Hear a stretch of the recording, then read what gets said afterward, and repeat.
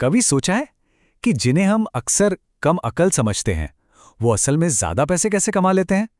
चलिए, आज की इस बातचीत में इसी दिलचस्प सवाल की तह तक चलते हैं। ये एक ऐसा सवाल है जो हम सबको सोचने पर मजबूर कर देता है ना? एक तरफ वो लोग हैं जिनके पास शायद कोई फैंसी डिग्री नहीं है, लेकिन वो करोड़ों का बिजनेस एम्पायर खड़ा कर देते हैं। और दूसरी तरफ हैं हमारे स्कूल कॉलेज के टॉपर्स, जो अक्सर एक 9 से 5 की जॉब में ही रह जाते हैं। आखिर ऐसा होता क्यों है? और अब जरा ये नंबर देखिए, 2.9। पता है ये क्या है? ये है 1 करोड़पति का एवरेज जीपीए। जी हाँ, आपने बिल्कुल सही सुना। इससे एक बात तो साफ हो जाती है कि सबसे अमीर लोग हमेशा अकादमिक रूप से सबसे स्मार्ट नहीं होते। तो चलिए इस पहेली में थोड़ा और गहरा उतरते हैं। इसे कहते हैं इंटेलिजेंस पैराडॉक्स। इसका सीधा सा मतलब ये है कि कभी-कभी बहुत ज्यादा होशियार होना ही हमारी सफलता के रास्ते की सबसे बड़ी रुकावट बन सकता है।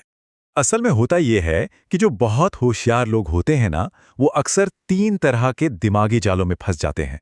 आइए एक-एक करके इन जालों को समझते हैं जो उन्हें आगे बढ़ने से रोकते हैं। सबसे पहला जाल है ओवर एनालिसिस, मतलब हर चीज के बारे में जरूरत से ज्यादा सोचना। होशियार लोग हर सिचुएशन के हर छोटे बड़े पहलू, हर खतरे का विश्लेषण करते रह जाते हैं और नतीजा, वो कोई एक्शन ही नहीं ले पाते। वहीं दूसरी तरफ कम सोचने वाले लोग बस काम शुरू कर देते हैं।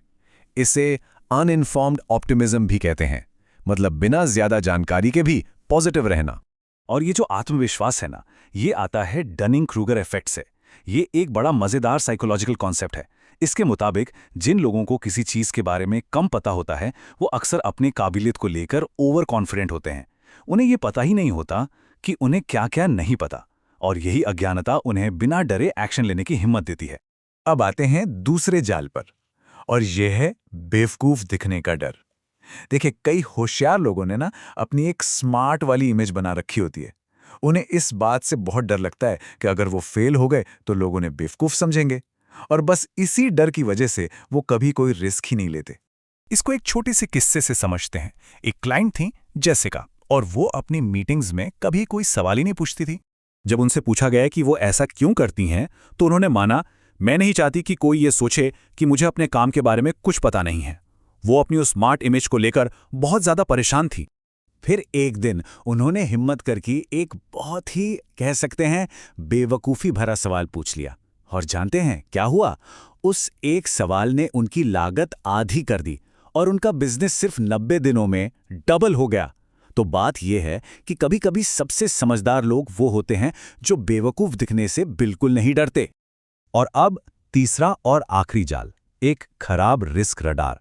इसका मतलब है कि होशियार लोग अक्सर छोटे-छोटे रिस्क को भी बहुत बड़ा मान लेते हैं और हमेशा सेफ खेलने की कोशिश करते हैं।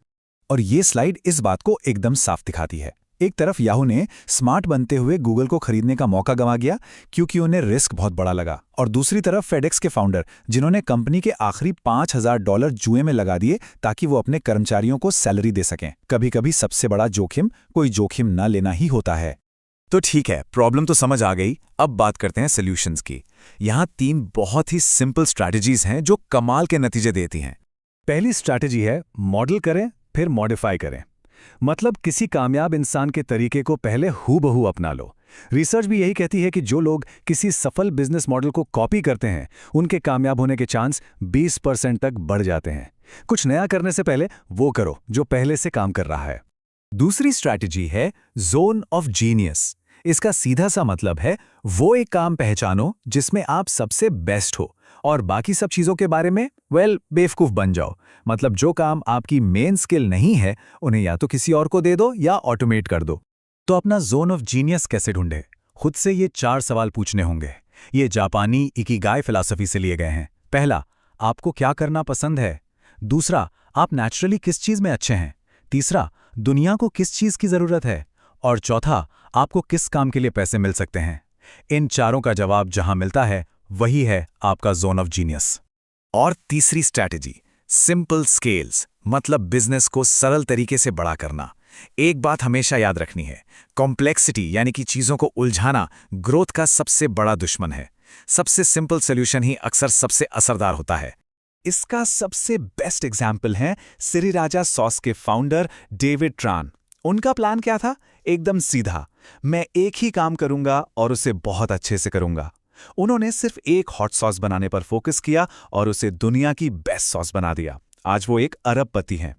और इसे करने के लिए 5 वंस का ये सिद्धांत बहुत काम आता है। मतलब एक टारगेट मार्केट चुनो, एक प्रोडक्ट बनाओ, एक ही कन्वर्जन टूल इस्तेमाल करो, एक ही ट्रैफिक चैनल पर फोकस करो और ये सब कुछ बिना ध्यान भटकाए कम से कम 1 साल तक करो। तो अब आगे का रास्ता क्या है? साफ है, हमें ज्यादा सोचने वाली आदत को छोड़कर एक्शन लेने यानी निर्णायक कार्रवाई की तरफ बढ़ना होगा। लोग ज्यादा सोचते क्यों हैं? पता है, क्योंकि ज्यादा सोचना सेफ लगता है। ये हमें जिम्मेदारी लेने और फेल होने के डर से बचाता है, जबकि एक्शन लेने में रिस्क लगता है क्योंकि उससे सच सामने आ जाता है कि हमारा आइडिया काम करेगा या नहीं। और इस पूरी बातचीत का निचोड़ बस इस एक लाइन में है। क्लैरिटी यानी स्पष्टता एक्शन लेने का इनाम है, एक्शन लेने की शर्त नहीं। इसलिए इंतजार मत करिए, बस शुरुआत कीजिए। तो अब आखिरी सवाल, अपनी जिंदगी के किस एक हिस्से को डम डाउन यानी कि सरल बनाकर और ज्यादा कामयाब बनाया जा सकता है? इस पर सोचकर पहला कदम उठाना ही असली खेल है।